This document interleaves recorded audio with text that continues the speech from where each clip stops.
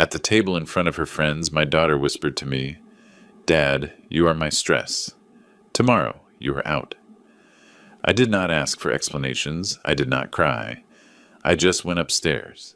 I packed 2 changes of clothes in a grocery bag, and I left. At 11 at night, 79 years old, homeless, she thought she had destroyed me. But she did not know what I was hiding on the other side of the city, nor what that night was going to change forever. If this story moves something in you, subscribe. Every day there is a story that could be yours. Tell us where you are watching from. My name is Edward. I am 79 years old. I am a widower. I was a history teacher for 42 years. And that night, sitting at my daughter Ashley's table, I understood that my life no longer mattered to anyone. It was Saturday. She had invited 6 people from her work, people who talked about 5-star hotels, foreign clients, and promotions. But I was there because she ordered me to be that morning. "Dad, if you come down, do not speak. Just serve yourself and shut up." I did not ask why. I did not ask anything anymore. Since Rebecca, my wife, died, I learned that it is better to be silent than to bother anyone. I put on a clean shirt. I combed my hair.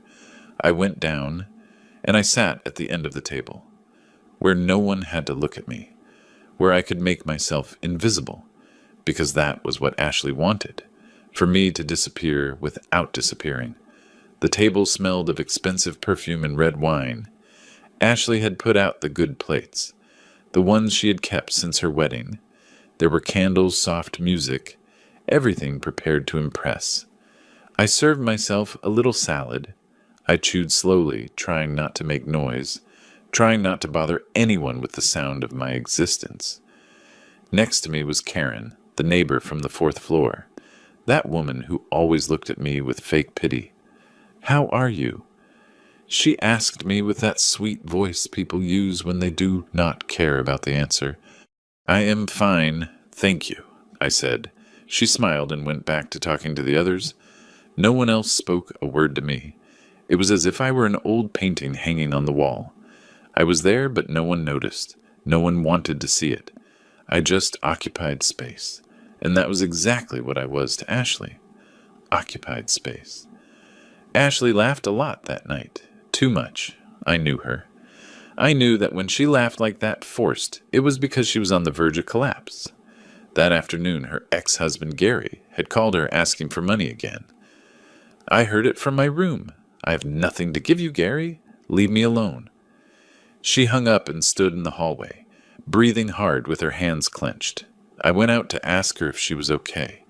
She looked at me as if I had interrupted something sacred, as if my presence were an invasion. "Dad, go to your room." I said nothing. I just went back. I closed the door, and I sat on the bed staring at the wall, wondering when I had stopped being her father and become her burden. Was it when Rebecca died, or was it before? Was it gradual, or was there a specific day when I stopped mattering to her? I did not know. I only knew that it hurt. It hurt like it hurts to feel invisible in your own family. During dinner, one of the guests told a joke about an old man who got lost in the supermarket. Everyone laughed. I smiled too, even though I did not understand the punchline. Although I knew the joke was about people like me, old nuisances confused. Ashley filled her wine glass for the 3rd time. Her hands were trembling a little. Karen leaned toward her and said in a low but audible voice, "Oh, Ashley, it must be exhausting having your dad at home all day.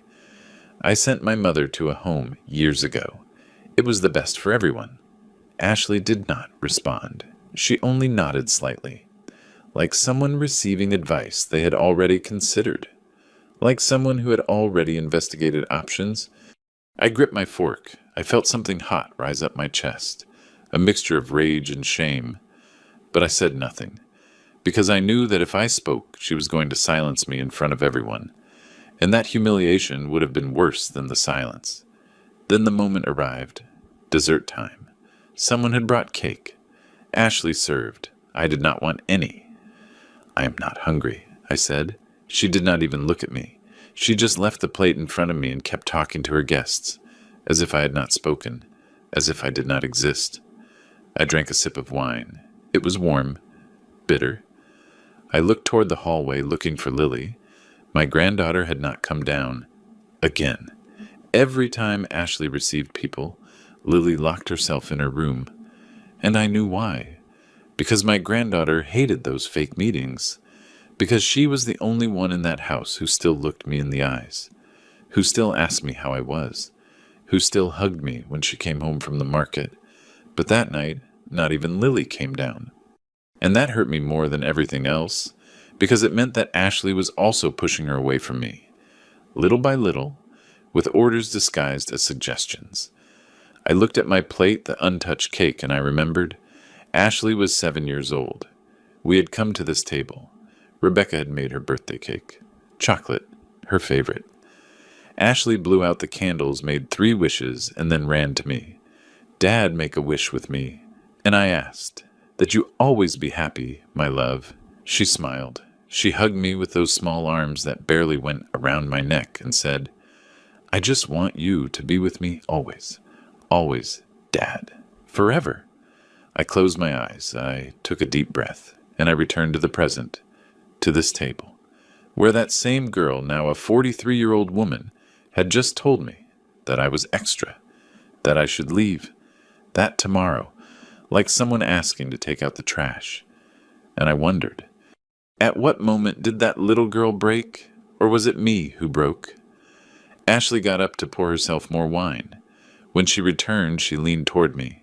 I looked up. Her eyes were red, shiny, tired, glassy from the alcohol and from something else, from years of accumulated resentment. She stared at me and said in a low but clear voice, with that coldness that is only learned with practice, Dad, you are my stress. Tomorrow, you are out. Some of the guests heard her. One laughed nervously, not knowing if it was a joke. Another coughed and looked away uncomfortable. Karen raised her eyebrows with a knowing smile, like someone saying it was about time. Well done. I stayed still, the fork still in my hand, the wine half drunk, my heart beating slowly as if it also wanted to give up. I did not ask where. I did not ask for explanations. I did not beg, because I understood. There were no longer explanations. There was only tiredness. There was only rejection. There was only that sentence that split me in two, and that finally showed me what I had always feared, that my daughter no longer loved me. Maybe she never did. I finished chewing, slowly, calmly, as if nothing had happened. I left the fork on the plate without making noise. I wiped my mouth with a napkin. I folded it. I left it next to the plate. I got up slowly. My knees cracked. No one looked at me. Everyone kept talking, laughing, drinking, as if I were no longer there, as if I had already gone. I pushed the chair carefully, without making noise, because even in my exit I wanted to be invisible, not to bother, not to make them uncomfortable. I walked toward the stairs, and while I went up holding onto the handrail, because my legs no longer responded like before, I thought, this is the last time I climb these stairs, the last time I hear the laughter of her guests, the last time I smell the expensive perfume of this house. Because I knew that if I left, I was not going to return. Because I knew that my daughter was not kicking me out for a few days. She was erasing me from her life, and I, for the first time in 3 years, was not going to beg her to let me stay. This time, I was going to leave before she threw me out officially. This time, I was going to go with the little I had left. Dignity. I entered my room, that room that used to be the storage room, the room for things that are no longer useful. That is where Ashley kept the Christmas boxes, the old suitcases, the things she no longer used, and then she stored me. Among the boxes, among the oblivion, I opened the closet. I took out a grocery bag, one of those green plastic ones that one keeps just in case. I put in 2 pairs of pants, 3 shirts, underwear, my blood pressure, pills, my ID, my notebook, where I wrote down important things. Things I did not want to forget, because at 79 years old, one starts to forget. And I did not want to forget who I had been. And a photo of Rebecca. The photo was from 50 years ago. We were at the beach. She was smiling. I was too. We seemed immortal. We seemed invincible. It seemed that nothing could separate us. But it separated us. Death. And then loneliness. I looked at it for a moment. I touched her face with my finger. "What do I do, my love?" I asked her in a low voice. "Where do I go?" She did not answer. She never answered. She only looked at me, with that eternal smile, with that frozen youth. I put the photo away. I closed the bag. I put on my coat, the same one I used when I went to work, when I was still someone. And I left. I went down the stairs. Every step creaked, as if the house were also saying goodbye. I passed in front of the living room.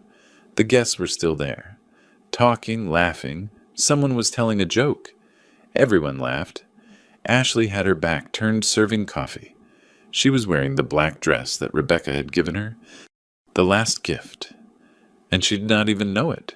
No one saw me. Or maybe they saw me and they did not care. Or maybe they were happy. Finally, the old man is leaving. I opened the apartment door. The hallway was empty, illuminated by those white lights that buzz, that never turn off, that illuminate, but do not warm. I closed the door slowly, without slamming it, without drama, like someone closing a chapter that no longer makes sense to read, like someone closing a book that ended badly. I walked toward the elevator. I pressed the button. I waited. I heard the laughter behind the door, more and more distant. The elevator doors opened. I entered. I saw my reflection in the metal. An old man with slumped shoulders, wet eyes, a bag in his hand. A man who no longer had a home. The doors closed. I went down, and with every floor that passed, I felt that I was leaving behind not only an apartment. I was leaving behind a whole life. A daughter, an illusion, a love that was never returned. When I left the building, the cold air hit my face, like a slap, like a reminder that the outside world was not going to be kinder than the inside one. Nathan, the neighbor from the second floor, was smoking by the door. He was a 64-year-old man, ex-military, one of those who speak little but see everything, who do not ask but understand. He looked at me. I looked back at him.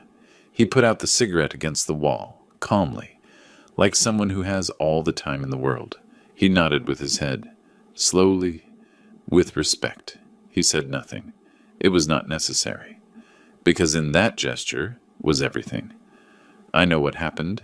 I listened. I saw. And I do not blame you. And if I could, I would help you. But I cannot. I can only watch you leave and wish you luck. I also nodded. I returned the gesture, like telling him thank you for seeing me, for not judging me, for not laughing. And I kept walking. The street was empty. It was cold. The wind moved the dry leaves.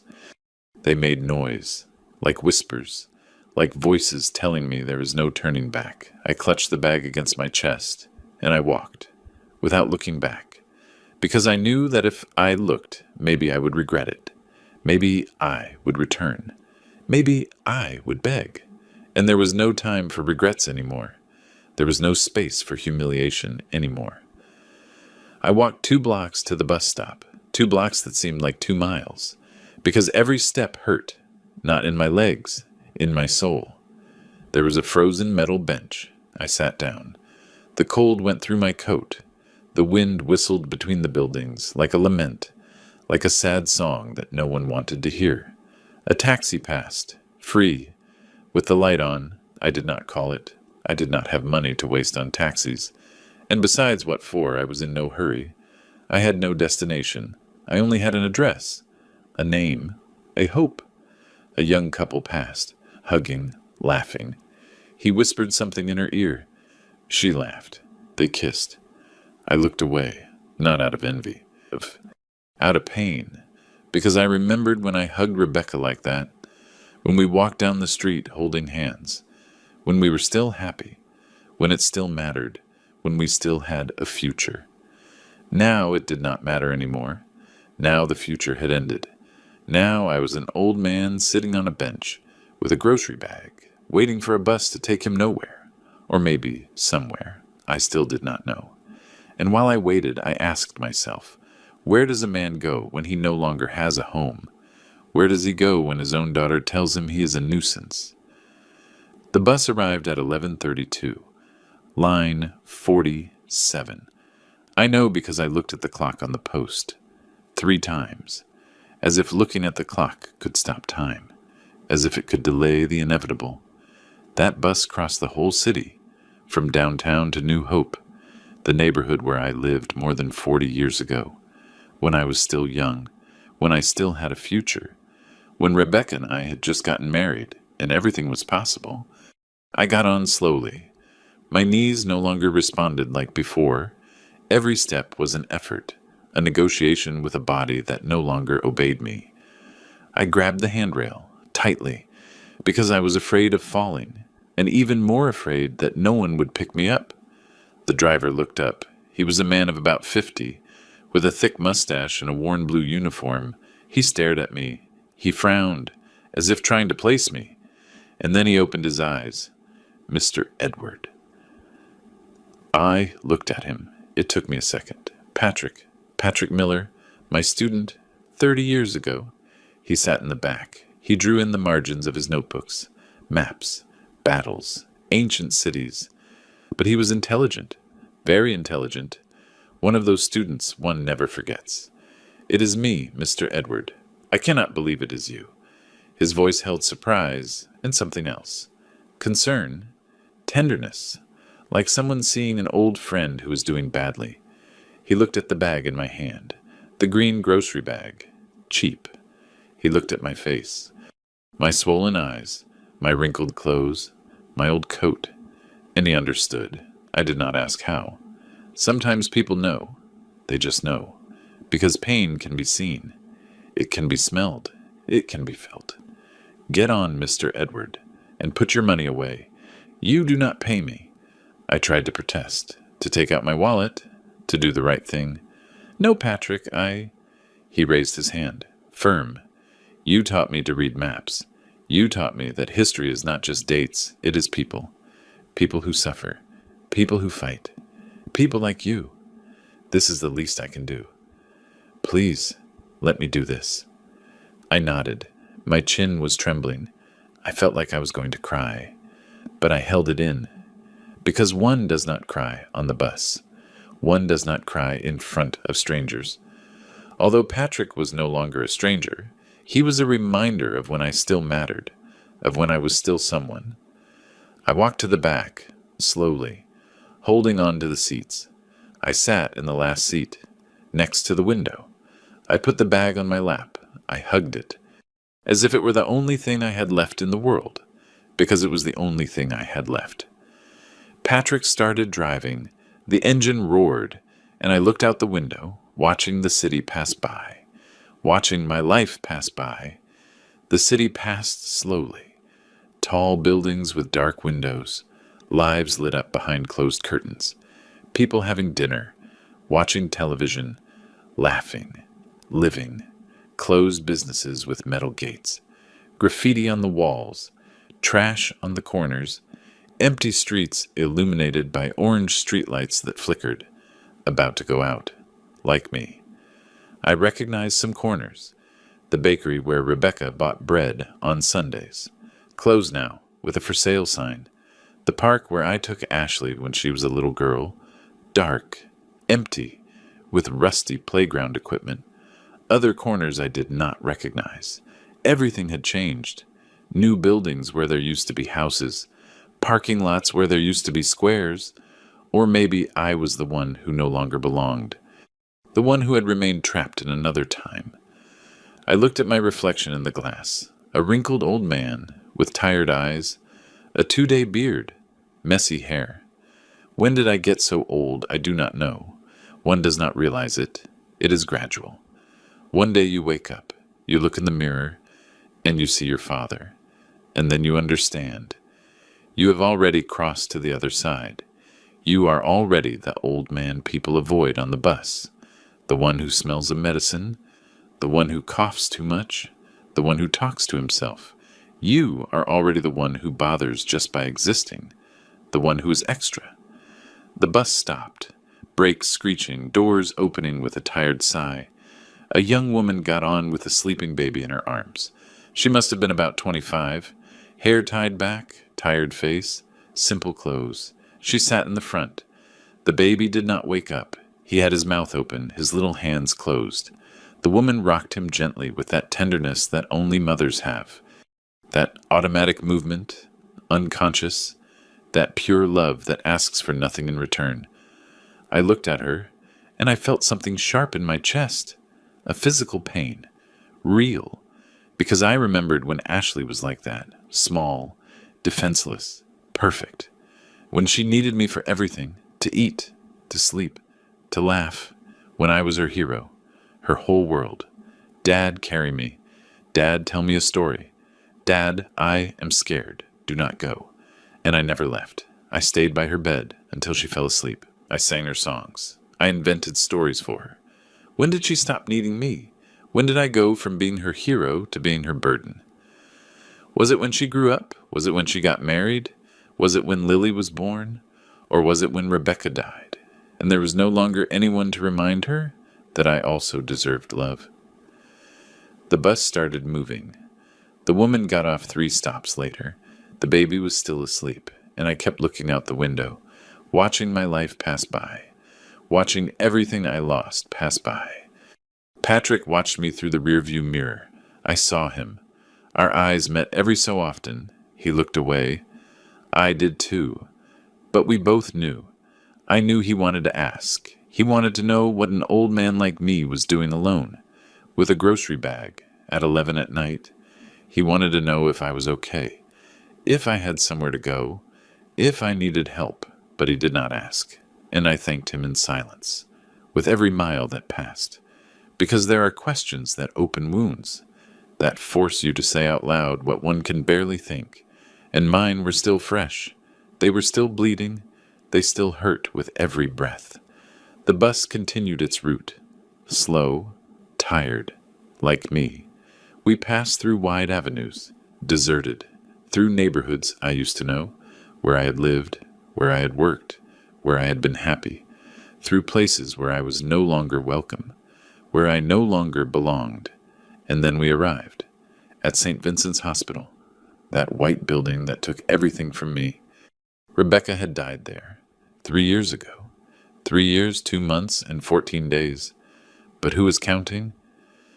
And instinctively I closed my eyes, squeezing them shut, as if that could erase the image, as if that could erase the memory. I did not want to see. I did not want to remember, but I could not avoid it. The hospital was still there, white, cold, imposing, with that red cross on the facade that promised salvation but only delivered goodbyes. Rebecca had died on the 3rd floor, room 312. I knew the number by memory, just like I knew her date of birth, her favorite food, the perfume she used, pancreatic cancer. Fast, brutal, without mercy. They gave her 6 months. She lived 4, and every day was worse than the one before. The last few days she no longer spoke. She just looked at me, with those eyes that said everything she could no longer say with words. I love you. Forgive me. Take care. Do not forget me. And I held her hand, skinny, cold, transparent. I told her she was going to be okay, that we were going to get out of this together, that the medicine was going to work, that God was going to perform a miracle. But we both knew the truth. We both knew it was a lie, that we only had hours left, minutes, seconds. And when she closed her eyes for the last time, when her hand went limp in mine, when the monitor stopped making noise, and only that long, constant beep remained, I stayed there, sitting by her bed, not knowing how to go on, not knowing what to go on for, because Rebecca was not just my wife. She was my reason, my compass, my home. And without her, I was just a man waiting to die, waiting for them to call me, waiting to reunite with her. I opened my eyes when the bus passed the hospital. I took a deep breath. The air burned my lungs. Patrick looked at me in the mirror. This time he did not look away. He held my gaze, with those eyes that understood, that knew, that did not judge, and in that silence, in that mute exchange, I understood. He knew. He knew something bad had happened. He knew I was running away. He knew I was broken. But he did not judge. He did not feel pity. He just drove. He just took me. He just gave me space to breathe. And that, in some strange way, in some way I cannot explain, gave me the strength to continue, to not give up, to not throw myself off the moving bus and let myself die in the street. The bus kept moving forward. We passed through neighborhoods I no longer recognized, new buildings where there used to be humble houses, giant supermarkets where there used to be corner stores with owners who knew you by name.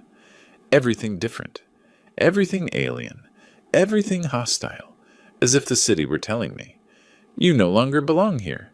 Your time has passed. There is no place for you anymore." At a stop, a boy got on with his grandfather. The boy must have been about 8 years old, messy hair, backpack with wheels. The grandfather must have been about 70, white hair, cane, plaid shirt. The boy held his hand, tightly, like someone who does not want to let go. He helped him up. "Slowly, Grandpa. One step at a time." He looked for a seat for him. "Sit here. This is the best one." And the grandfather smiled, grateful, loved, needed. I watched them, and I felt a stab in my chest that almost doubled me over, because I had also been that grandfather. Lily used to hold my hand. She waited for me after school. She ran to me screaming, "Grandpa." She asked me things. "Grandpa, why is the sky blue? Grandpa, when are we going to the park? Grandpa, do you love me?" And I always answered, "More than anything in the world, my love." When had I stopped doing that? When had she stopped waiting for me? When had she stopped running to me? Or had it been Ashley who pushed her away from me, who told her not to look for me, who told her I was a nuisance I did not know? I only knew that the last time Lily hugged me was months ago, 4 months and something, and that I missed those hugs more than I could admit, more than I could bear. The boy and his grandfather got off 2 stops later. The boy helped him down. "Careful, Grandpa." And I stayed there, watching them walk away, wishing I were that grandfather, wishing I had a grandchild who loved me, who took care of me, who needed me. The trip took 53 minutes. I know because I counted every minute, looking at the clock on the bus, watching the numbers change, because every minute that passed was a minute further away from Ashley, a minute further away from that table where they told me I was extra, a minute closer to what I did not know. I just knew I had to get away. The bus emptied out. The woman with the baby got off. A group of young people, too, noisy, laughing, smelling of alcohol and cheap perfume. A drunk man who got on halfway through, stumbling, talking to himself. In the end, only I remained. And Patrick, alone in that empty bus crossing the sleeping city. He slowed down, slower than normal, like giving me time, like waiting for me to change my mind. He looked in the mirror. "Mr. Edward, are you sure you're going to be okay?" His voice held genuine concern. Real, not fake. I nodded. I tried to smile, but it did not come out. "Yes, Patrick, thank you. Thank you for everything." He did not seem convinced. He looked at me like someone looks at a person who is about to do something irreversible, but he did not insist. He just kept driving, slowly, until the end, until the last stop, until where the line ended, until where the city ended, until where maybe my new life began, or where the one I had ended. New hope. Last stop. Patrick's voice sounded tired, hoarse, as if he too were reaching the end of something. He stopped the bus. The engine turned off. The silence was deafening. I got up slowly, holding on to the seat in front. My knees cracked, protested. I hurt. Everything hurt. I walked toward the door. Every step was an effort. Patrick turned in his seat. He looked at me, with those eyes full of something I could not identify. Pity, respect, fear. Mr. Edward, my number is on the company poster. If you need anything. Anything at all. Call me. At any time. Seriously. I nodded. I wanted to say something. I wanted to thank him. I wanted to tell him that he had been a good student, that I remembered him, that I was glad to see him doing well. But the words did not come out. They got stuck in my throat. I just nodded again. Like a fool. Like an old man who no longer knows how to speak. And I got off. The cold of the night hit my face. Like a punch. The bus started behind me. I heard the engine moving away. I saw the red lights moving away. Like two red eyes watching me. And then I was left alone. In the middle of an empty street. Dark. Cold. With a bag in my hand. And nowhere to go. Except one place. The only place where maybe I still mattered. The only place where maybe someone still remembered me. New Hope. The neighborhood of my youth. From when everything was possible. From when I still had dreams. Cobblestone streets uneven that made you trip. Old streetlights that still worked with yellowish light. Weak. Flickering. Low houses with rusty bars. Neglected gardens. Dogs barking. It smelled of bread. Of freshly baked bread. That unmistakable smell that takes you back to childhood. And then I remembered. Betty.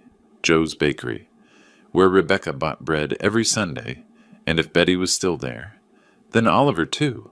Oliver Stone. My best friend since we were 17. Since we were young and stupid. And believed we were immortal. We had lost touch 8 years ago.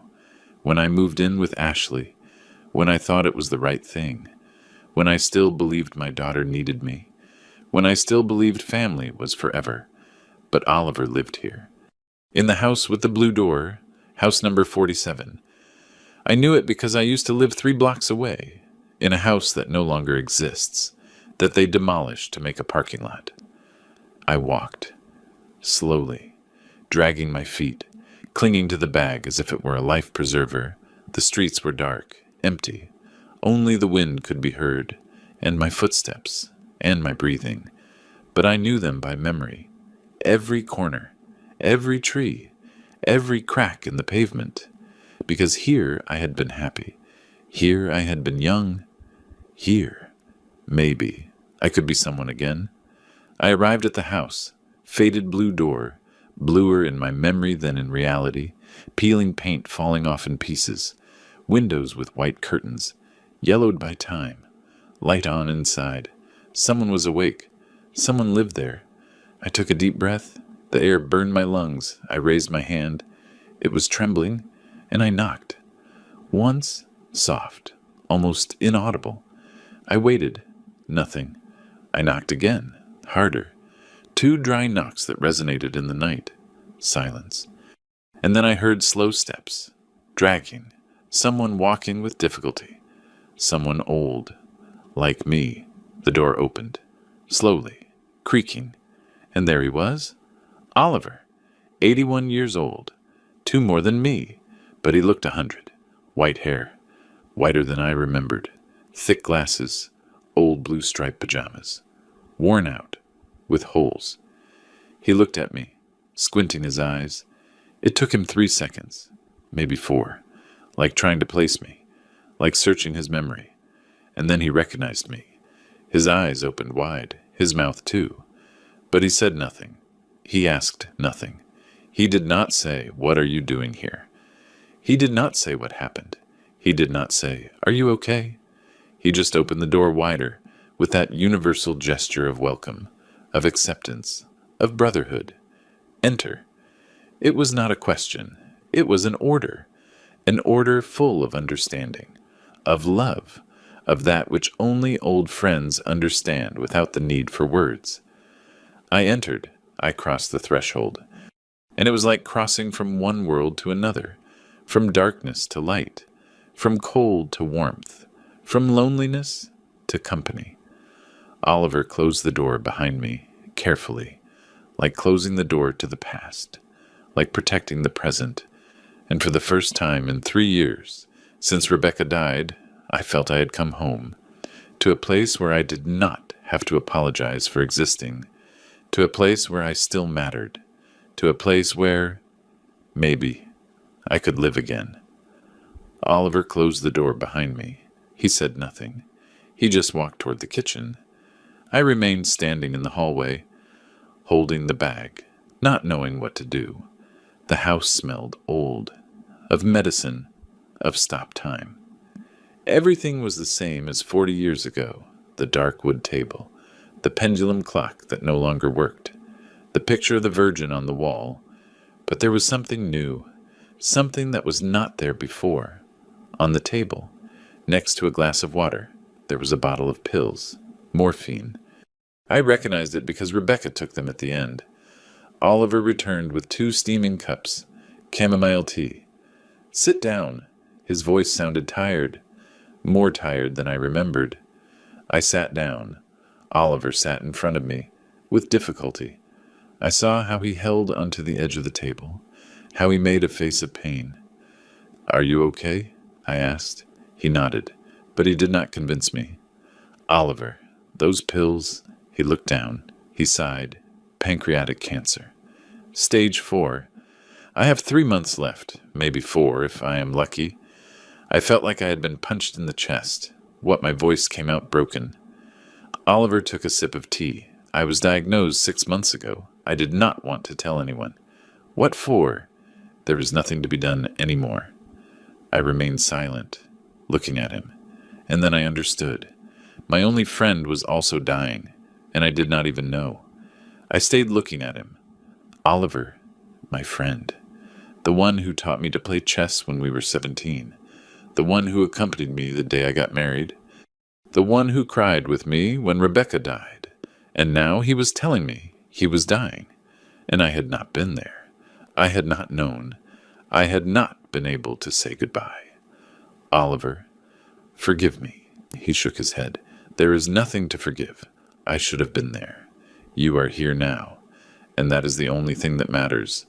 I wiped my eyes, but the tears kept coming out, because I was losing everything. Rebecca, Ashley, Oliver, and I did not know how to keep losing and stay standing. "Why didn't you call me?" I asked, with rage and pain mixed together. Oliver looked at me. "I called your house 4 months ago," Ashley answered. "I told her I needed to talk to you, that it was urgent." He stopped. He took a breath. "She told me." "Oliver, my dad can no longer hang around with old friends. He is sick in the head.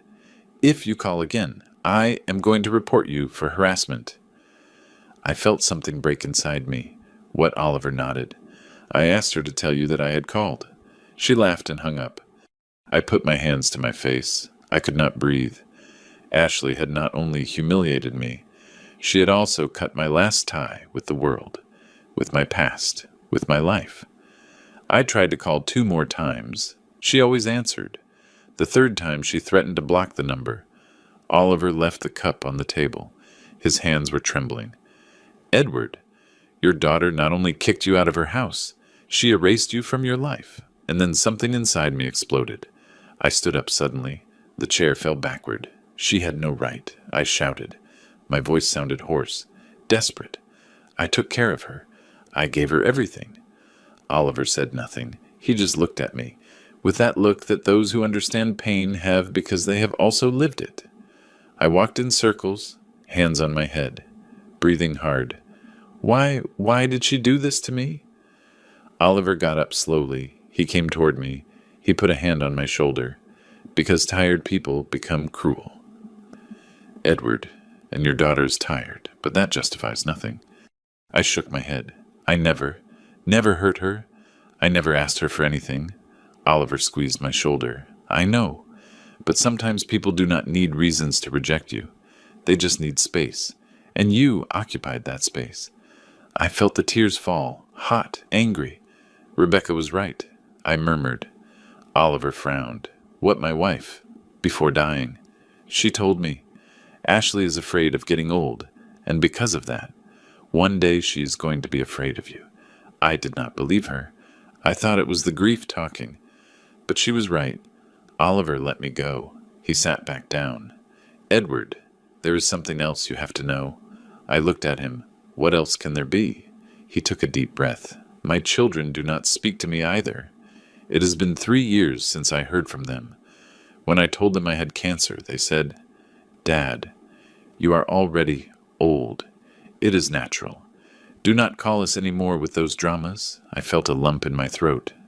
"Oliver," he raised his hand, "do not pity me. I am telling you because you need to know something. You are not alone. There are thousands of old people like us, kicked out, forgotten, waiting to die without bothering anyone. And in that moment, in that old kitchen with that dying friend, I understood the most painful truth of all. Getting old is becoming invisible. I let myself fall into the chair. I put my hands on the table, and I cried, not with silent tears. I cried with sobs, with moans, with my mouth open and my chest shaking. I cried for Ashley, for Oliver, for Rebecca, for me, for all the old people in the world who die alone, feeling like nuisances. Oliver did not console me. He did not tell me everything was going to be okay. He just stayed there, sitting in front of me, waiting, because sometimes the best company is silence. And when I finally stopped crying, when I had no tears left, Oliver said, "There is a bed in the back room. The sheets are clean. Sleep. Tomorrow we continue." I got up as best I could. I grabbed the bag. I walked toward the back room. It was small, a bed, a closet, a window. I sat on the bed. The springs creaked. I looked at the ceiling. There were damp spots, a crack, and then I thought, why go on? Why wake up tomorrow if I matter to no one, if my own daughter hates me, if my best friend is dying, if my wife is dead? What for? I lay down. I closed my eyes. And I wished not to wake up. I wished sleep would take everything away. The pain, the shame, the loneliness. But it did not happen. I just slept. And I dreamed of Rebecca, of when we were still young, when we were still happy. I woke up startled. I do not know what time it was. It was dark. I heard a noise, a thud. It came from the living room. I got up. I left the room. Oliver was on the floor. He had tripped. He was trying to get up, but could not. I ran to him. I helped him up. He weighed little. Too little. "I am fine," he murmured, but he was not fine. He was shaking, sweating. I took him to the sofa. I sat him down. "Does it hurt?" He nodded. "It always hurts." I went for the pills. I gave them to him with water. I waited. Little by little, the shaking stopped. Oliver took a deep breath. "Thank you." I shook my head. "Do not thank me. You opened the door for me when no one else did." We stayed there, in silence. Oliver on the sofa, me sitting on the floor next to him. And then he said, "Edward, do not give up." I looked at him. "Why not?" He smiled. A sad smile. "Because giving up is proving right those who kicked you out. It is telling them, you were right. I am worth nothing." I swallowed hard. But what if it is true? What if I really am worth nothing? Oliver stared at me. "You are worth it. You are worth it because you are here. Because you helped me get up. Because you still cry. Those who are worth nothing no longer feel. You still feel. And that means you are still alive." I did not answer, but his words stayed with me, like a seed planted in dry earth. I went back to the room. I lay down again. But this time I did not wish to die. I only wished to wake up and find a reason to continue. A reason that was not Ashley, nor Rebecca, nor the past. A new reason, my reason. I closed my eyes, and I slept, deeply, without dreams. And when I woke up there was light, and Oliver was alive, and I was too. And that, for now, was enough. I woke up with the sun on my face. Everything hurt. My back, my knees, my soul. But I was alive. I got up. I went to the bathroom. I washed my face with cold water. I looked in the mirror. I was still an old man, but I no longer looked like a defeated old man. Just tired. I left the room. Oliver was already awake. He was in the kitchen, preparing coffee. He moved slowly, holding onto the furniture. "Good morning." I said. He turned around, he smiled. Good morning. Did you sleep? I nodded. Better than I expected. He served 2 cups. Good. Today we are going to the bakery. I need bread, and you need air. I did not argue. I just nodded. Because he was right. We had breakfast in silence. Toast with butter, bitter coffee. Simple. Perfect. When we finished, Oliver got up. Let's go. We went out. The street was quiet. The sun was still low. It was cool.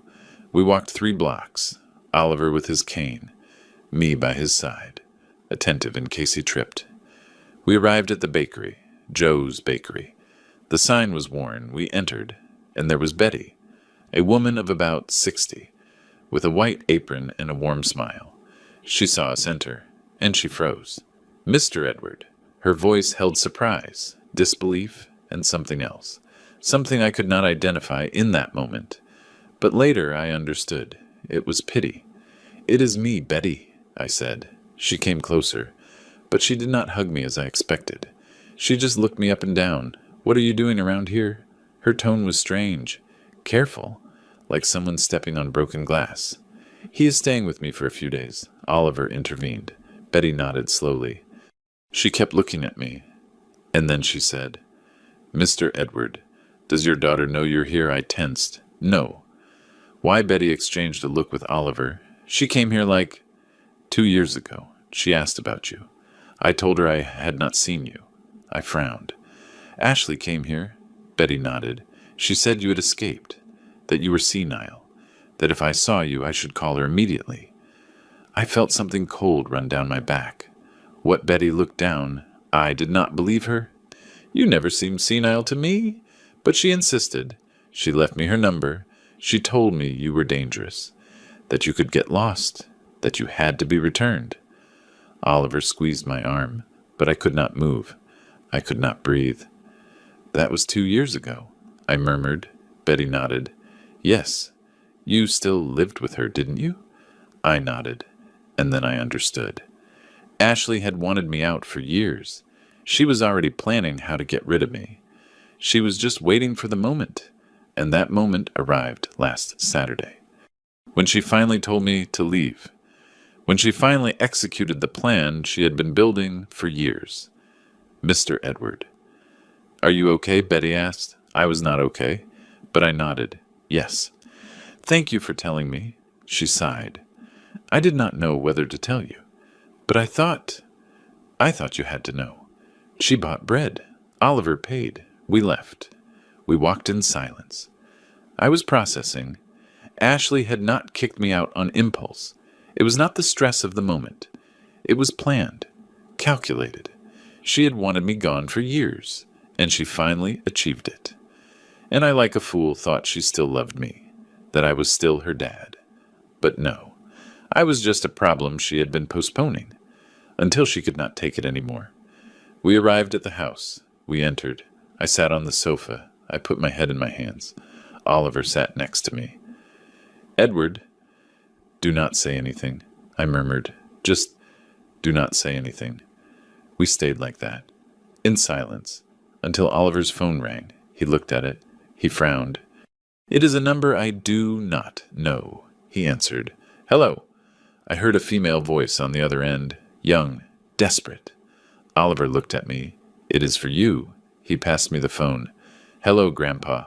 It was Lily, my granddaughter, but her voice sounded strange, broken. Lily? What is wrong, Grandpa? I ran away. I felt my heart stop. I ran away from home. I cannot stand Mom anymore. I hate her, Grandpa. I hate her. She was crying. I got up. Lily. Where are you? At the bus terminal. I took money from my piggy bank. I bought a ticket. I am coming there. How did you know where I am? I asked Patrick, the driver of the 47. He told me. I closed my eyes. Lily, you have to go back. No, I am not going back. Mom hit me, Grandpa. She hit me because I defended you. I felt rage, pure rage. She hit you. Yes. I told her you were a good man, that she had no right to kick you out, and she hit me. She told me I was ungrateful, that I knew nothing about life, if you are listening to my story. Leave me a comment telling me where you are watching from. Sometimes I need to know. I'm not alone in this. Lily, did the bus already leave? Yes. I arrive in an hour. I looked at Oliver. He nodded, as if saying, let her come. I sighed. Okay, come. But later, we talk to your mom. I do not want to talk to her. Lily? No, Grandpa. She kicked you out. She humiliated you, and I am never going to forgive her. She hung up. I stayed there with the phone in my hand. Oliver looked at me. What happened? Lily ran away. She is coming here. Ashley hit her. Oliver closed his eyes. My God. I nodded. This is going to get worse. An hour later, Lily arrived. She knocked on the door. I opened, and there she was. My granddaughter. 16 years old. Skinny. With messy hair. A backpack on her back, and a bruise on her arm. I hugged her. Tight. She clung to me and cried, Grandpa, I am sorry. I am so sorry. You do not have to apologize, my love. You did nothing wrong. I should have defended you sooner. I should have told her something when she kicked you out, Lily. You do not have to defend me. I am the adult. She pulled away. She looked at me with those eyes full of tears. But she has no right, Grandpa. She has no right to treat you like that. I nodded. I know. But it is over. And now you are here. And that is what matters. Lily sat next to me. She stared at me. Grandpa? Do you know what was the worst? I shook my head. The worst was not that Mom kicked you out. It was that I said nothing. I was in my room. I heard everything. The dinner. The laughter. What she told you. And I did not go down. I did not defend you. I stayed upstairs, crying, hating myself for being a coward. I grabbed her hand. Lily, no, Grandpa. Let me finish. When you left, I went down. I asked Mom where you were, and she said, he left, and he is not coming back, because she finally understood that he was extra here. And I told her you are extra too, Mom. But no one has the courage to tell you. And she hit me, for the first time in my life. She hit me. She cried, and I did too. Lily greeted Oliver. He received her with a smile. Welcome, child, she smiled shyly. She sat on the sofa. I prepared tea for her. I gave her bread. She ate slowly. And then Oliver's phone rang again, this time. The name on the screen was clear. Ashley. Oliver looked at me. Do I answer? I took a deep breath. Yes, answer. Oliver answered. He put it on speaker, and then we heard Ashley's voice, screaming, desperate, furious. Where is my daughter Oliver, if my father has her there? I swear I am calling the police. Give her back to me right now. Lily tensed. I put a hand on her shoulder, and then I spoke. Calm. Firm. Ashley. It is me. Silence on the other end, and then her voice, broken, rabid.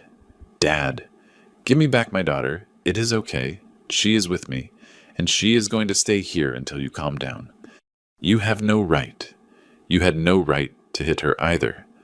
More silence. And then, with a trembling voice, she told you. Yes, she told me. Dad, I did not mean to. Yes, you did. And you did it. And now you're going to live with the consequences. What consequences? Lily stays with me. At least for now. And you are going to think about what you did. To me. To her. To everyone. I hung up. Ashley called again. I did not answer. She called 5 more times. I turned off the phone, and I looked at Lily. She looked at me with eyes full of tears. Thank you, Grandpa. I nodded, and for the first time in days I felt something like a purpose. Protecting my granddaughter, even if it was from her own mother. That night, Lily slept on the sofa. Oliver lent her blankets. I stayed awake sitting in the kitchen, looking out the window. I could not sleep. I thought about Ashley, about her voice when she called. Desperate, furious, but not sorry. Never sorry. At 3 a.m. Oliver's phone rang again. He was asleep. I answered, hello, silence. And then, a voice I had not heard in years. Edward. It was Irene. My sister. The youngest, 68 years old. She lived in the countryside. Since Rebecca died, we hardly spoke. Irene, thank God. Ashley called me. She said you had escaped, that you abandoned the house, that you are senile and dangerous. I closed my eyes. I am not senile, Irene. I know. That is why I am calling you. Ashley is saying horrible things. She says you mistreated her, that you stole money from her, that Lily is in danger with you. I felt something explode inside me. My voice came out louder than I wanted. Lily moved on the sofa. I lowered my tone. Irene, she kicked me out. She told me I was her stress, that I should leave, and I left. Irene sobbed on the other end. I know, brother. I know. That is why I am calling, because you need to know what she is saying. She is rewriting everything. She called half the world. The neighbors, her work. She even called Daniel. I tensed. Daniel? Yes. She told him you went crazy, that you need psychiatric help, that Lily manipulated you. I could not believe it. But at the same time, I could, because that was Ashley. When things did not go her way, she changed the story. Irene, did you believe her? There was a silence, long, painful. At first, yes, I thought. My brother's old. Maybe he really is confused. But then I called Nathan, your neighbor. He told me everything. He told me about the dinner, what Ashley told you, how you left with a bag. And then I knew. My niece kicked you out. And now she is lying so she does not look bad. I felt relief. At least someone believed me. Thank you, Irene. Do not thank me. I should have called you sooner. I should have asked you how you were, but I was also tired, sick, and I thought Ashley was taking care of you. She was not taking care of me, Irene. She was tolerating me until she could not any more. Irene cried, Forgive me, brother. Forgive me for not being there. You do not have to apologize. No one has to apologize. Just know the truth. I know it, and I am going to tell everyone. I am going to call Ashley and tell her she is a liar, that what she did is wrong. No, Irene, do not do it. Why not? Because it is only going to make things worse. Leave her. Leave her with her lies. I no longer need them to believe me. I just need peace. Irene sighed. Okay. But brother, come to my house. Please, do not stay there. I am fine here, Irene. Oliver is taking care of me. There was a silence, and then Irene said something that froze my blood. Edward, Daniel also wants to talk to you. I stayed silent. Daniel, my younger brother, 72 years old. We had not spoken for 8 years. Since our mother died, since we fought over the inheritance. He wanted to sell the house. I wanted to keep it because I had taken care of Mom until the end. We fought. He told me horrible things. You were always the favorite. Always you. I do not exist for this family. And he hung up, and he never called again. Until now. I do not want to talk to him, I said. Edward, he is sick. I felt something cold in my stomach. What cancer? Advanced. That is why he wants to talk to you. Before it is too late. I did not respond. I did not know what to say. Daniel. Sick. Dying. Like Oliver. Like Rebecca. Like everyone. Edward, give him a chance. Please. Irene. He told me I ruined his life. That because of me he was never happy. I know. And he regrets it. He told me crying. I want to ask Edward for forgiveness. Before I die. Please, brother. Talk to him. I closed my eyes. I took a deep breath. Okay. Tell him to call me. Irene sighed in relief. Thank you. Thank you, brother. But Irene, if he comes with lies or manipulations, I am going to hang up. He will not. I promise you. We hung up. I stayed there, sitting, looking at the phone. Daniel. After 8 years, what could he tell me that would change anything? The next morning, while we were having breakfast, someone arrived at the door. Oliver opened. It was a woman, about 38 years old, thin, with a tired face, hair tied back. Mr. Oliver. He nodded. I am Sarah. Sarah Johnson. I do not know if you remember me. Oliver frowned, and then he remembered. The maid who worked at Ashley's house? She nodded. Yes. Is he here? I got up. I left the kitchen. I saw her, and something inside me broke. Because Sarah had been good to me. She treated me with respect. She listened to me, and Ashley had fired her without explanation. Sarah. She saw me, and her eyes filled with tears. Mr. Edward. Thank God. She entered. She sat down. I served her coffee. She was trembling. Mr. Edward, I tried to find you. I called the house. Ashley blocked me. I wrote to Lily. She told me you had left. And then I got Mr. Oliver's number from an old paper I had saved. Oliver nodded. She called me 2 days ago. I told her Edward was here. Sarah looked at me. I need to tell you something. Something I should have told you months ago. But I was afraid. I tensed. What? She took a deep breath. Ashley asked me to give you the wrong pills, to confuse the doses, to let you sleep more, to not wake you for meals. She said, the more he sleeps, the less he bothers. I felt as if they had thrown ice water on me. What Sarah nodded, crying. I did not do it. I swear I did not do it. That is why she fired me. Because I refused. I told her, Ma'am, that is abuse. I cannot do it. And she screamed at me. She told me I knew nothing, that her father was a manipulator, that I was a fool, and she fired me, without paying me for the last 2 weeks. Oliver put a hand on my shoulder. I could not speak. I could not breathe. Ashley had not only kicked me out, she had tried to sedate me, keep me asleep, so I would not bother, so I would not exist. Mr. Edward, I saved the messages. If you need to, I can show them to you. Lily, who had heard everything from the sofa, got up. She came toward me. She hugged me. Grandpa, I am sorry. I am so sorry. I did not know. I hugged her. Tight. It is not your fault, my love. None of this is your fault. Sarah wiped her tears. There is more. Ashley sold your medications, the ones that were left over. She sold them on the internet to get extra money. And the letters from the bank. She hid them. You have a pension, Mr. Edward, that they deposit every month, but she never gave it to you. She used it for her things. I felt rage, pure rage, not for the money, for the betrayal, for the lie, for the contempt. Why are you telling me this now? Sarah stared at me. Because when I found out Lily was here, I knew things were going to explode, and you need to know who you are dealing with. Ashley is not going to give up. She is coming, and she is going to lie. She is going to cry. She is going to manipulate.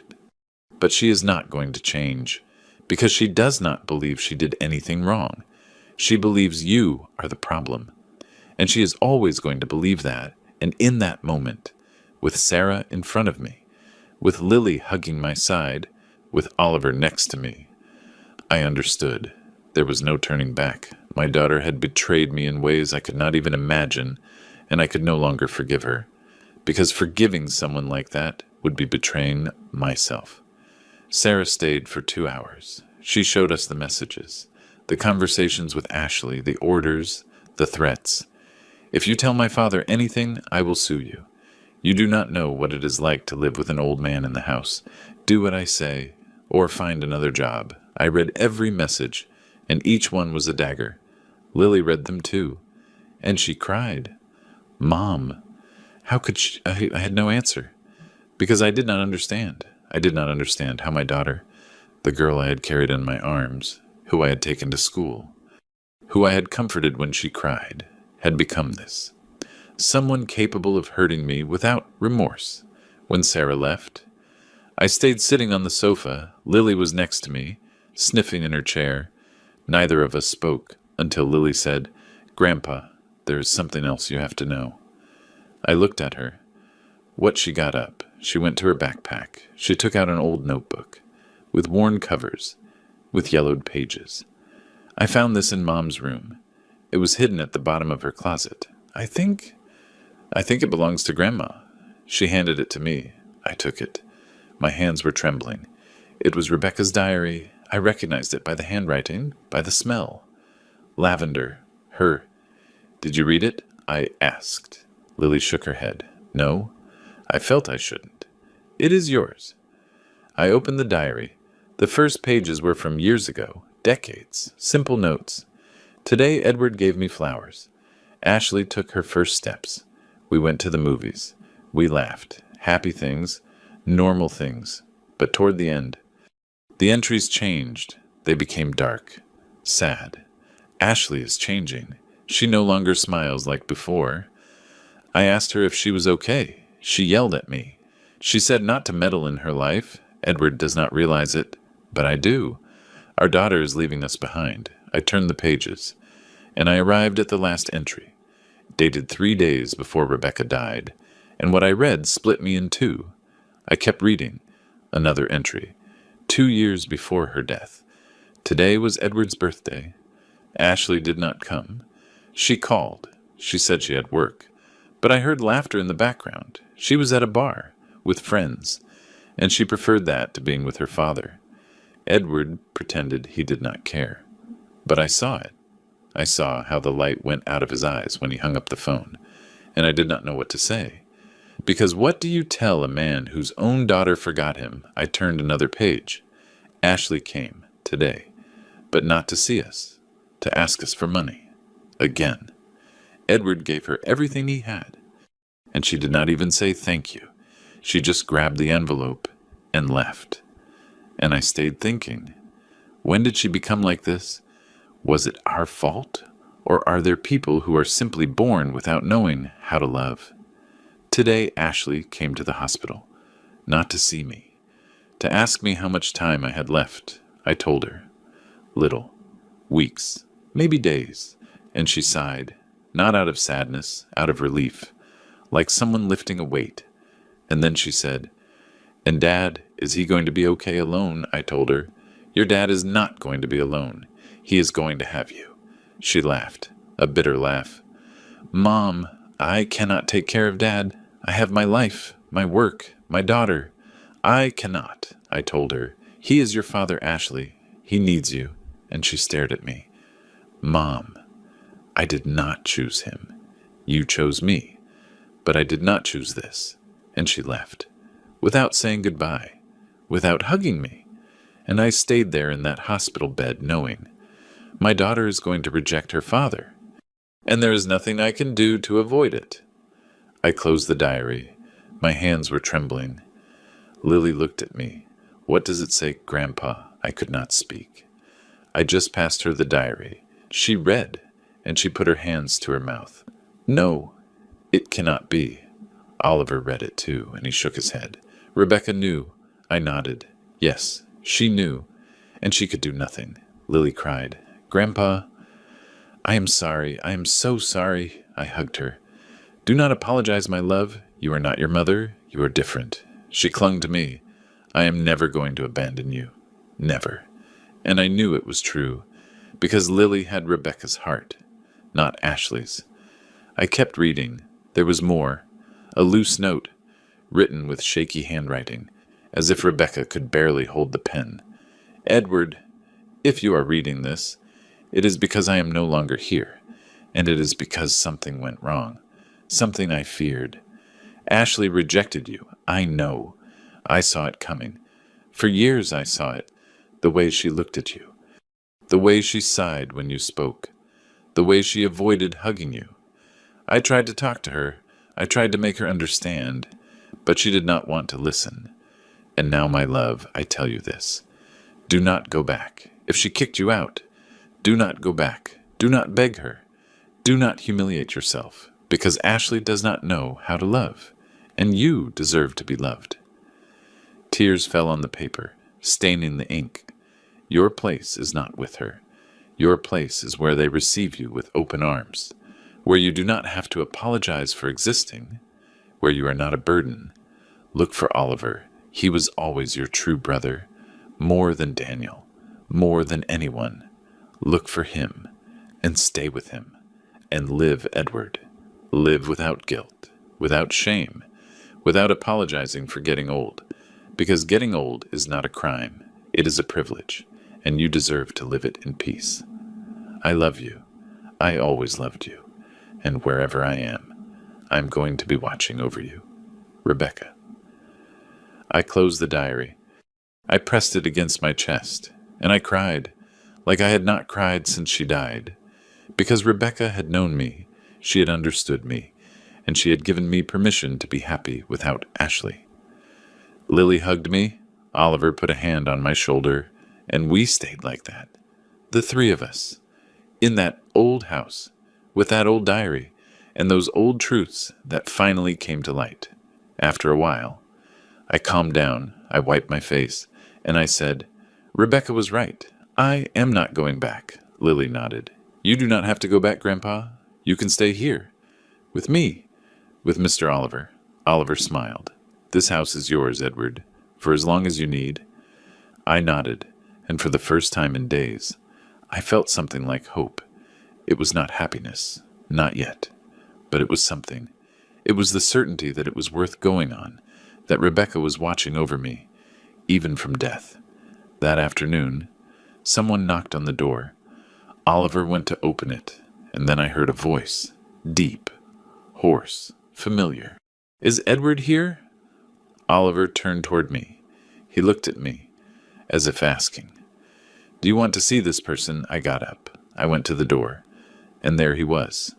Daniel, my brother, 72 years old, but he looked 90, thin, pale, with deep circles under his eyes, with a cane, with clothes that were too big for him. And when he saw me, his eyes broke. Edward, I did not answer. I just looked at him. And I waited, because this time it was not going to be me who spoke first. This time he had to take the first step. Daniel looked down. Can I come in? Oliver looked at me. I nodded. Daniel entered. He sat on the sofa. I sat in front of him. Lily was in the kitchen. Oliver, too. Giving us space. Daniel looked at me and said, I came to ask for your forgiveness. I did not answer.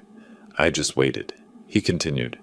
What I told you 8 years ago was wrong. I was angry, resentful, jealous. Mom always preferred you, and I never got over it. But that justifies nothing. You took care of her. You sacrificed yourself, and I just wanted money.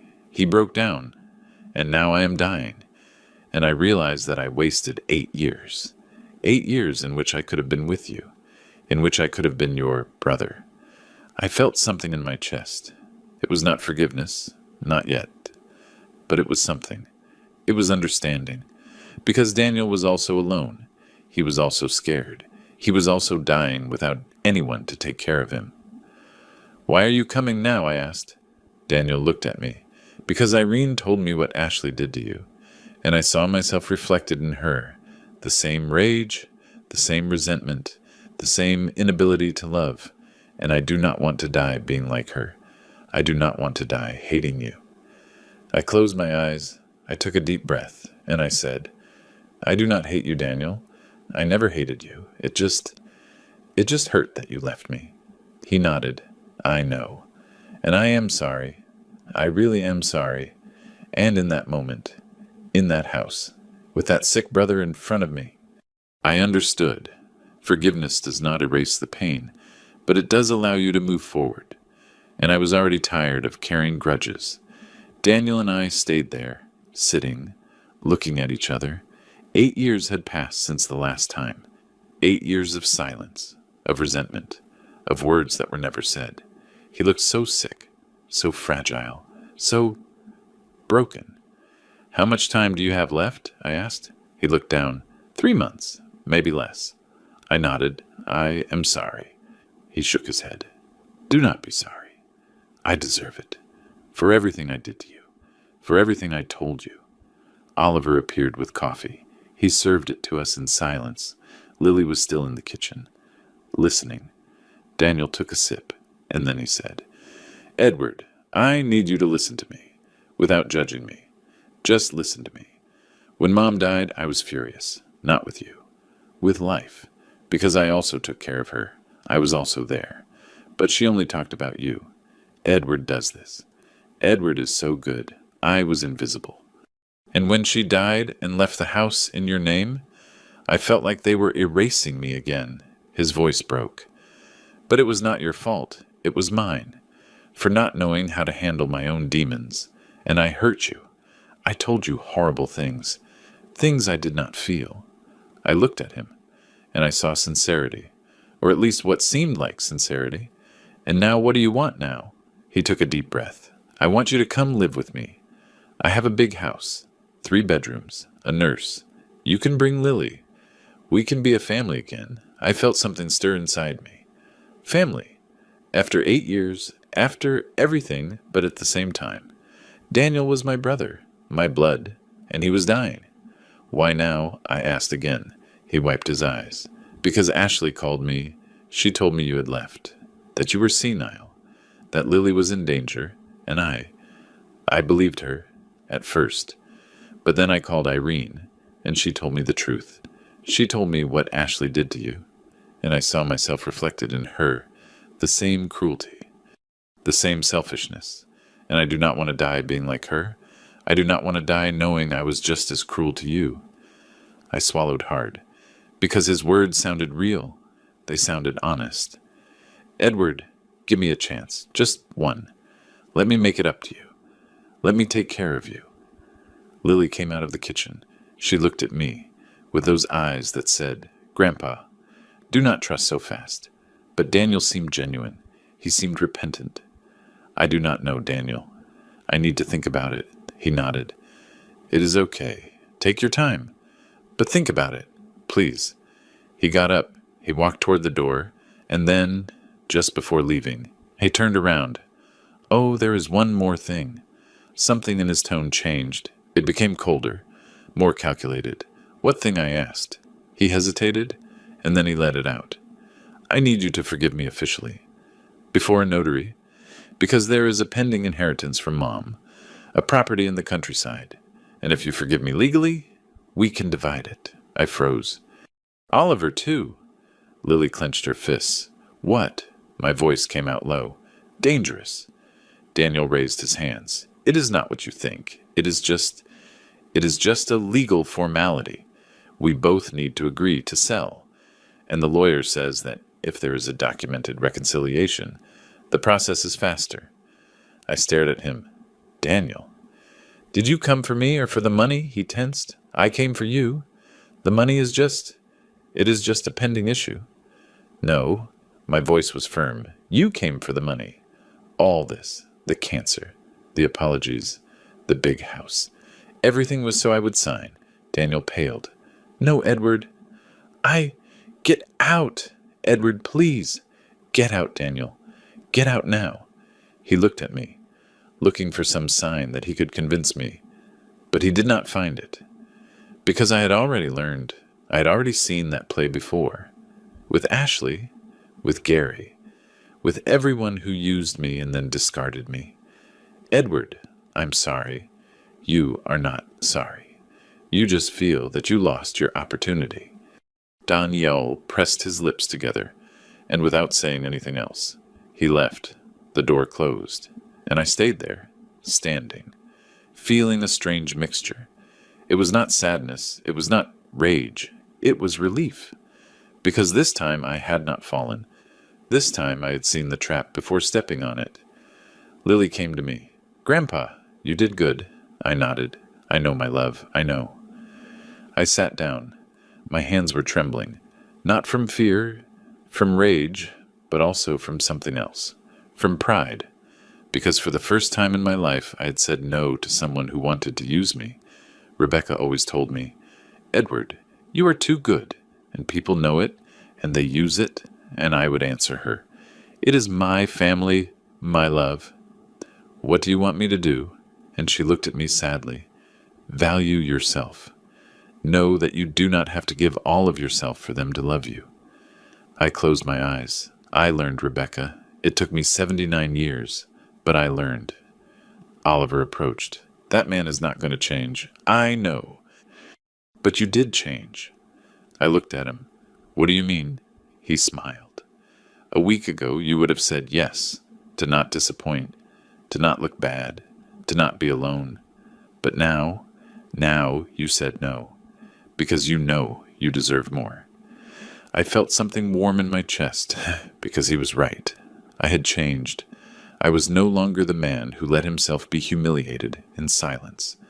I was no longer the man who accepted crumbs of affection. Now I was someone who knew his worth, someone who knew that being alone was better than being in bad company, and that simple certainty gave me strength. We sat down. Lily made more coffee, and while we drank, we heard something outside, a noise, engines, sirens. We looked at each other. Oliver frowned. "What is that?" He went to the window, and then, with a tense voice, he said, "It is the police." My heart stopped. What Lily ran to the window. "Grandpa, there are 3 patrol cars." I got up. I went to the door. I opened it, and there they were, 3 patrol cars. With their lights on, 6 police officers got out.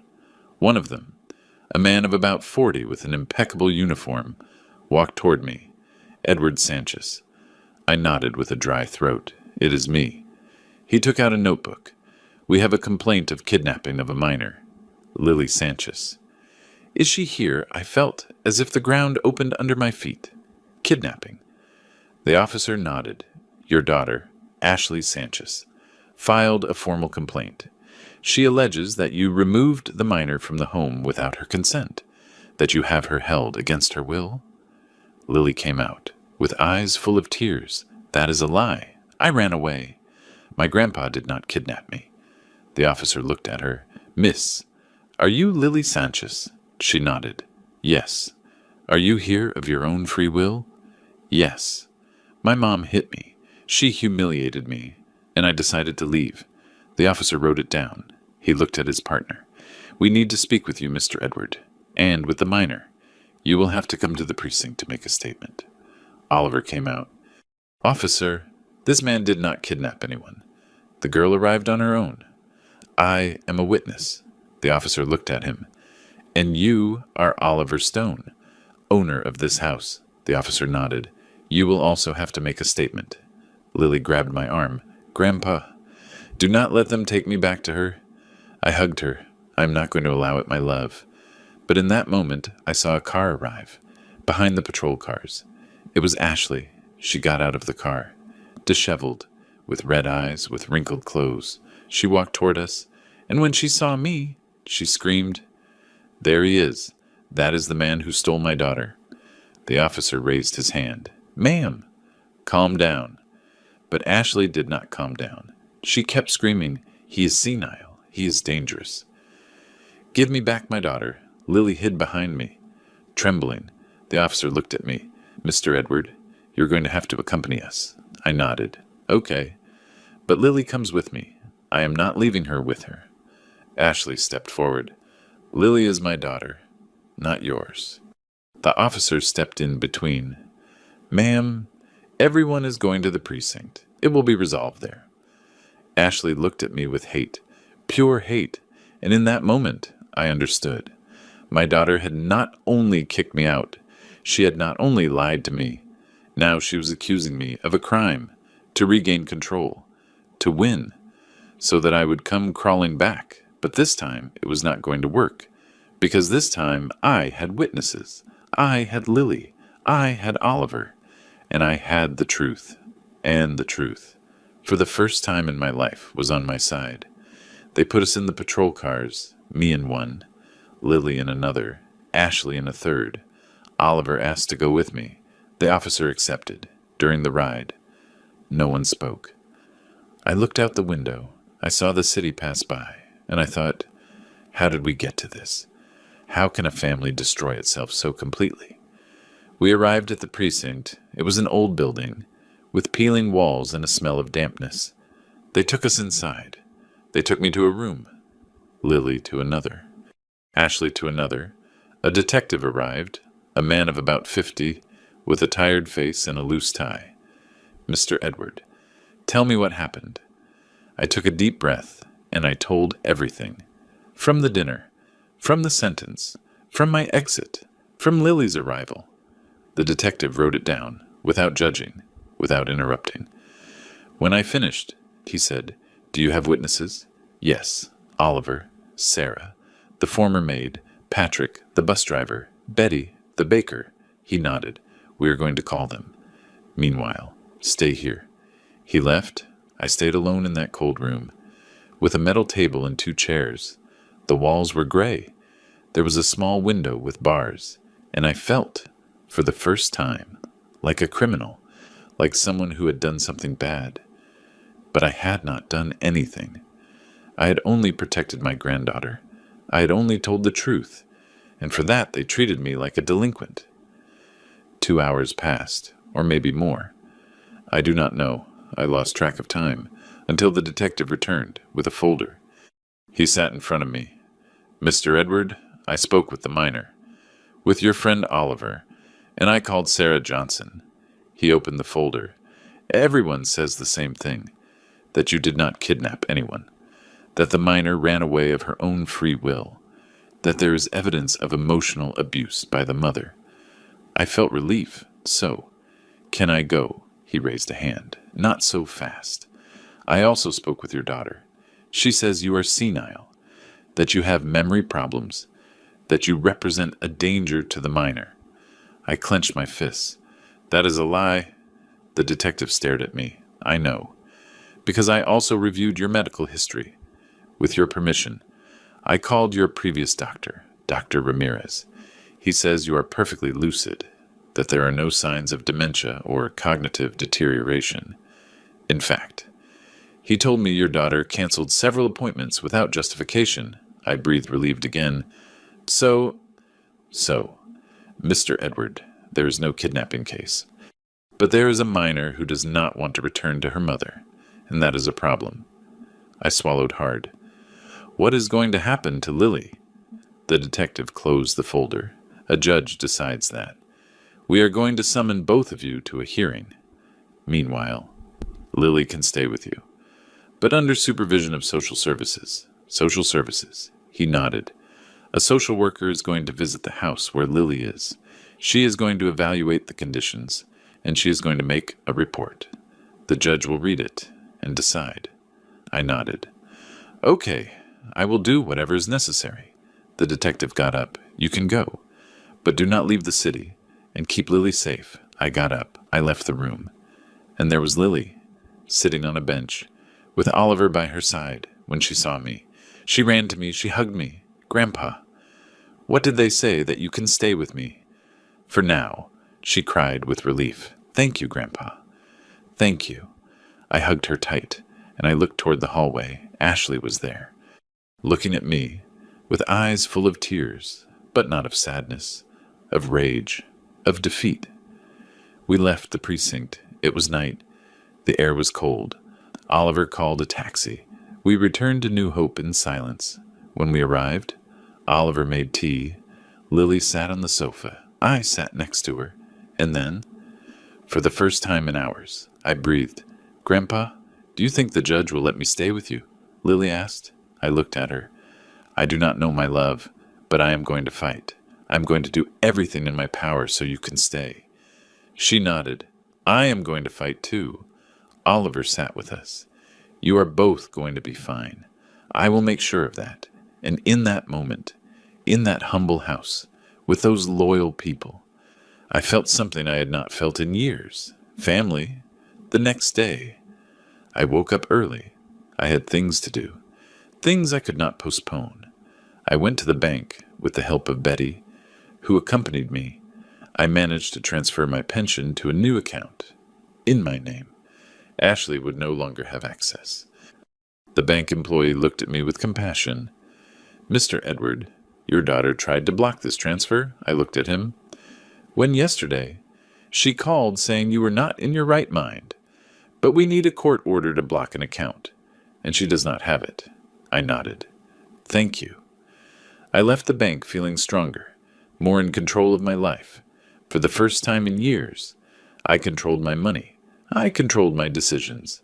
That afternoon, Valerie, the nurse from the health center, came to visit us. Oliver had called her. Mr. Edward, I heard what happened.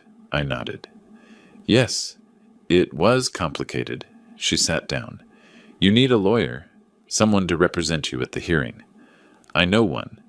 His name is Ethan Lawson. He's good, and he does not charge much. I thanked her. She gave me the number. I called that same afternoon. Ethan came the next day. He was a man of about 60, with thick glasses and an old briefcase, but he spoke with assurance, with knowledge. Mr. Edward, your case is strong. You have witnesses. You have evidence. And you have a minor who clearly does not want to return to her mother. We can win this. I felt hope. Real hope. The following days were intense. Ethan asked for statements. Sarah gave a statement. Patrick gave a statement. Betty gave a statement. Even Nathan, the ex-military neighbor, gave a statement. Everyone said the same thing. Ashley had kicked me out. She had humiliated me, and Lily had run away of her own free will. Meanwhile, Lily and I settled into Oliver's house. She slept in the back room, I on the sofa. Oliver insisted on giving me his bed, but I did not accept. You are sick. You need to rest. He smiled. And you too. But you are more stubborn than me? We laughed, and in the middle of the chaos, we found peace. Small moments of peace that kept us alive. Lily started helping Betty in the bakery. A few hours in the morning. Betty paid her a little, and Lily saved. For when I have to go to college, she said. I looked at her with pride. Because my granddaughter was strong. She was resilient. She was everything her mother was not.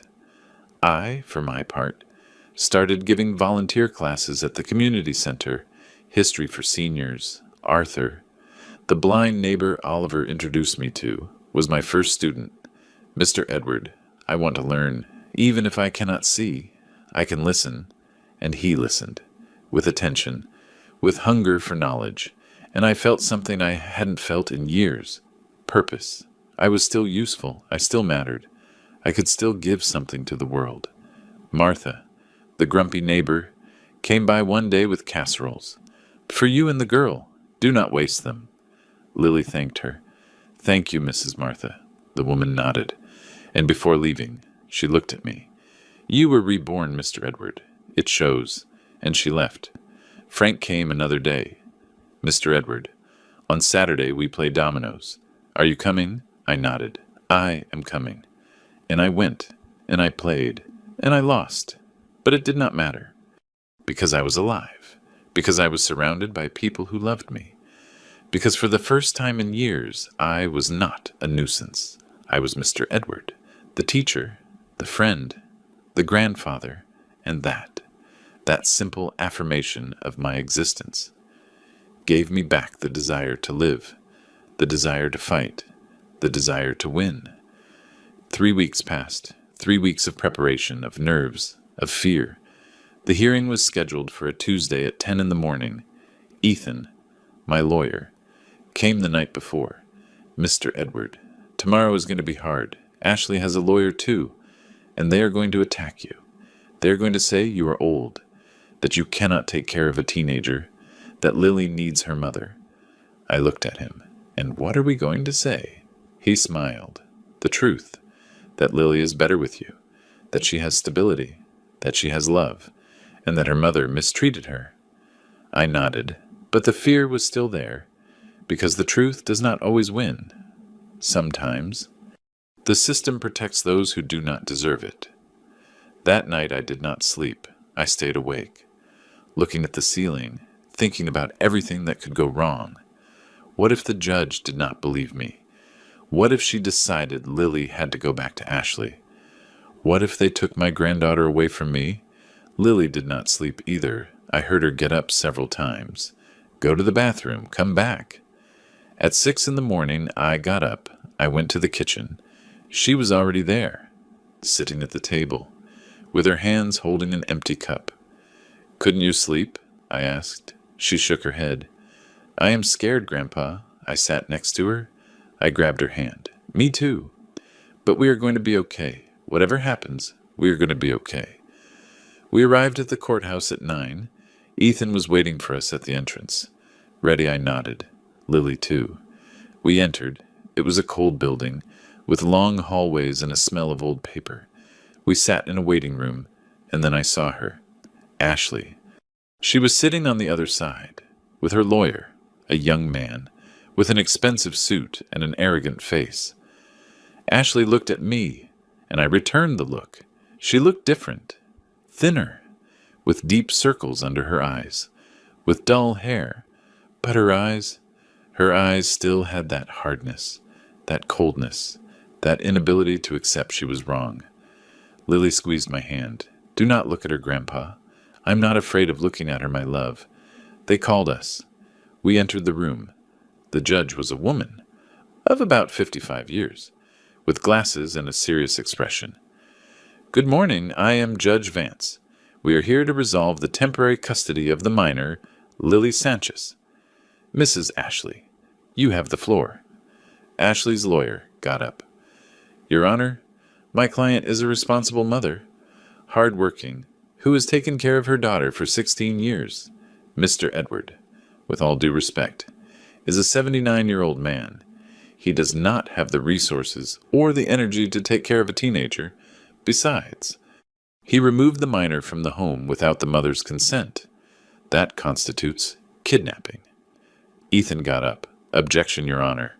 There was no kidnapping. The minor ran away of her own free will. We have statements that prove it. Besides, there is evidence of emotional and physical abuse by the mother. Ashley's lawyer smiled. Abuse Mrs. Ashley never hit her daughter. There was an argument, normal between a mother and teenage daughter. Nothing more. Lily tensed next to me. Ethan looked at the judge. Your Honor, the minor has a bruise on her arm, documented by social services, and there are witnesses who confirm the emotional abuse. The judge wrote it down. Let's continue. Does Mr. Edward want to say something? I got up, with my legs trembling. Yes, Your Honor. I did not steal my granddaughter. She came to me because she had nowhere else to go, because her mother hit her, because her mother kicked me out of the house without reason. I just want to take care of her. Give her a home. Give her love. I know I am old. I know I am not perfect, but I love her, and she loves me, and that has to count for something. I sat down. The judge looked at me. Mr. Edward, do you have a stable place to live? Yes, with my friend Oliver. And do you have income? Yes, my pension. And I work at the neighborhood bakery. The judge wrote it down. And you, Lily? What do you want? Lily got up, with tears in her eyes. I want to stay with my grandpa. My mom does not love me. She only keeps me because she is ashamed that people know I left. Ashley's lawyer got up. Your Honor, the minor is being manipulated. It is obvious the grandfather put ideas in her head. Lily looked at him with rage. No one manipulated me. My mom hit me. My mom kicked my grandpa out. I saw it all. The judge raised her hand. Order. Lily, sit down. Lily sat down, trembling. I put a hand on her shoulder. The judge looked at the papers. I have here the report from social services. It says the minor is in good conditions at Mr. Edwards' house, that she has emotional stability, that she attends school, that there are no signs of danger. Ashley's lawyer tensed. But, Your Honor, it is temporary. A man of his age cannot. A man of his age, interrupted the judge, has taken care of this girl better than her own mother in the last weeks. That is what the report says. I felt a ray of hope. The judge called Betty. She entered. Nervous, she sat down. Mrs. Betty. You know Mr. Edward. Correct, yes, Your Honor. For 40 years. How would you describe him? Betty looked at me. Her eyes filled with tears. Mr. Edward he's one of those people one does not find anymore. Honest, hard-working, generous. When my husband died, he was the only one who came to the wake, and he brought food, so I would not have to cook. And when I opened the bakery, he lent me money, without interest, without papers, just trust. The judge wrote it down, and with Lily, how is he? With Lily, he's a real grandfather, not one of those who give money and leave. He listens to her, he respects her, he treats her like a person. And Lily adores him. You can see it. Betty wiped her eyes. If anyone deserves to take care of that girl, it is him. Then the judge continued. However, the law is clear. Custody belongs to the parents. unless there is compelling evidence of grave abuse. And here, although there is emotional mistreatment, there is not enough to remove custody permanently. I felt as if my heart were being ripped out. But, Your Honor, she raised her hand. Let me finish. I'm going to order a psychological evaluation of both, of the mother and the grandfather, and an evaluation of the minor. That will take 2 months. Meanwhile, temporary custody stays with Mr. Edward. I breathed, relieved, but only a little, because 2 months was not forever. 2 months was just a breather. Ashley's lawyer protested. Your Honor, that is unfair. My client has the right to see her daughter. The judge nodded, and she will have it. I order supervised visits, once a week, in a neutral place. Social services will coordinate. Ashley got up. No, I want my daughter back. The judge stared at her. Mrs. Ashley, your daughter does not want to return to you, and I have to consider her opinion. Sit down. Ashley sat down, with a red face, with clenched hands. And I knew this was not over. This was just beginning. We left the courthouse. Lily hugged me. Grandpa, we won. We did not win, my love. We only have more time. Ethan nodded. Mr. Edward is right. This is going to continue. Ashley is not going to give up. But we have an advantage. The truth is on our side. That afternoon, when we returned home, Oliver was waiting for us with coffee. How did it go? Good, more or less. I told him everything. He nodded. 2 months is enough time to prepare, to gather more proof, to show that Lily is better here. And then, that night, while Lily slept, I stayed awake, thinking, planning, because I knew. The next hearing would be the definitive one, and I could not lose it. I was not going to lose Lily, not after everything we had been through. During the following weeks, something unexpected happened. Ashley started coming to the supervised visits, but not to see Lily, to attack me. Dad, this is ridiculous. Give me back my daughter. It is not my decision, Ashley. It is the judge's decision. You manipulated her. You put ideas in her head. No, you hurt her. And she decided to leave. The visits were tense, painful. Lily barely spoke to her mother, and Ashley, instead of trying to reconnect. Only accused, only attacked. And every visit, the social worker wrote notes. And I knew those notes were going to help me, because they showed who Ashley really was, and who I was. And in the end, when the final hearing arrived, the truth was going to speak louder than the lies. 2 months later, we returned to the courthouse, this time, with more evidence, with more witnesses, with more hope. Judge Vance entered. We all stood up. She sat down. She opened a folder. I have reviewed the psychological evaluations, the minor's evaluations, and the reports from the supervised visits. She looked at Ashley. Mrs. Ashley, the evaluation shows that you have high levels of stress, anxiety, and difficulty managing emotions. It also shows a lack of empathy toward your daughter. Ashley's lawyer got up. Your Honor, my client has been under a lot of pressure. That does not mean she cannot take care of her daughter. The judge looked at him. Sit down. Mr. Edward, your evaluation shows that you are in full mental capacity, that there are no signs of dementia, that you have emotional stability, and that you have a strong bond with your granddaughter. I felt relief, but the judge continued. However, there is a concern, your age and your health. The medical report says you have high blood pressure, that you need constant medication, and that statistically at your age, health complications are common. I felt a knot in my throat. Your Honor, I take care of myself. I take my medication, and I have support. Oliver, my friend, Betty, Sarah. Everyone helps me. The law requires me to consider the long-term well-being of the minor, Ashley's lawyer smiled, like someone who knows he already won. Your Honor, it is clear. The minor must return to her mother. It is natural. It is correct. Ethan got up. Your Honor, With all due respect, the natural thing is not always the correct thing. The correct thing is what protects the minor, and the minor is at risk with her mother. The judge raised her hand. You both have valid points, but there is something you have not considered. She looked at us all. Lily's opinion. She turned toward my granddaughter. Lily, you are 16 years old. You are old enough for your opinion to have legal weight. What do you want? Lily got up. With trembling legs, but with a firm voice, I want to stay with my grandpa. I know he is old. I know he can get sick, but he takes care of me. He listens to me. He respects me. My mom only sees me as a burden, as something she has to tolerate. I do not want to live like that.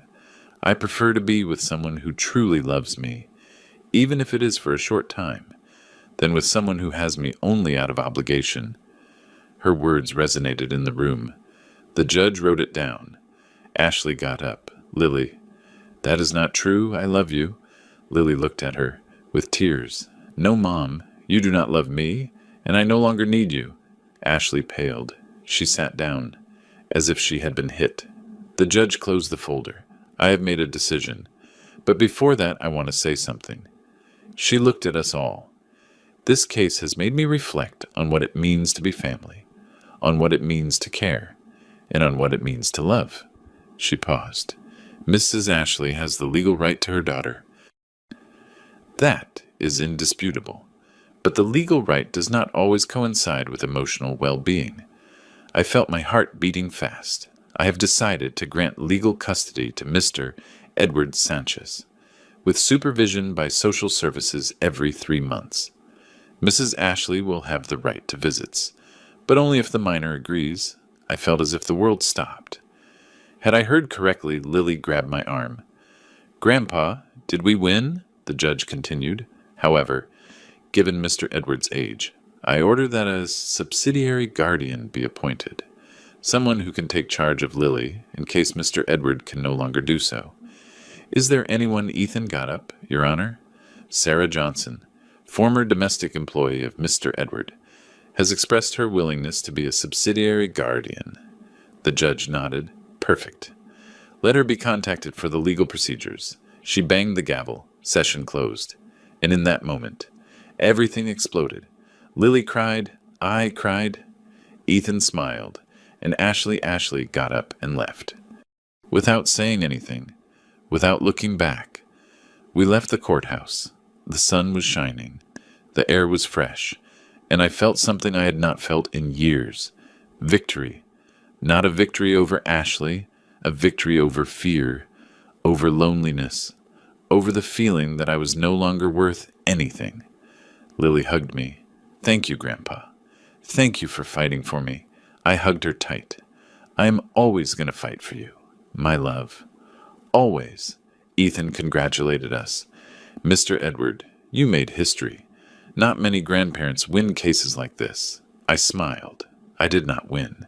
The truth won, and we went home, to New Hope, to that old neighborhood where I had been reborn. 6 months later, life settled down. Lily transferred schools. Now she went to one near New Hope. She made friends. She laughed more. She slept better. Oliver continued fighting cancer. Some days he was better, others worse, but he always smiled. Edward, if I die tomorrow, I die happy. Because I have you here. And that is more than I expected. I smiled too, because I knew it was true. Frank kept inviting us to play dominoes. Mr. Edward, you already won 3 times. You are cheating. I laughed. I'm not cheating. I'm just good. Betty kept giving me work at the bakery. Mr. Edward, tomorrow I need help with the inventory. I will be there, Betty. Martha kept bringing casseroles. For you. For the girl, and for Oliver. Do not waste them. Arthur, the blind neighbor, kept coming to my history classes.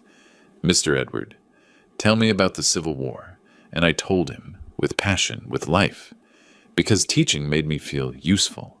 It made me feel alive. Irene visited us every month. She brought food, medicine, affection. Brother, I am happy to see you like this. And I was happy too, Because for the first time in years, I was not a nuisance. I was necessary. I mattered. And that changed everything. One afternoon, I was sitting on the porch. Lily brought coffee. "Grandpa, what are you thinking about?" I looked at her. "About your grandmother. About what she told me in her diary. Love is not blood. It is a choice." Lily smiled. She was right. I nodded. "Yes, it took me 79 years to understand it. But now I understand." Oliver came out with the newspaper. He sat next to me. "What are you talking about?"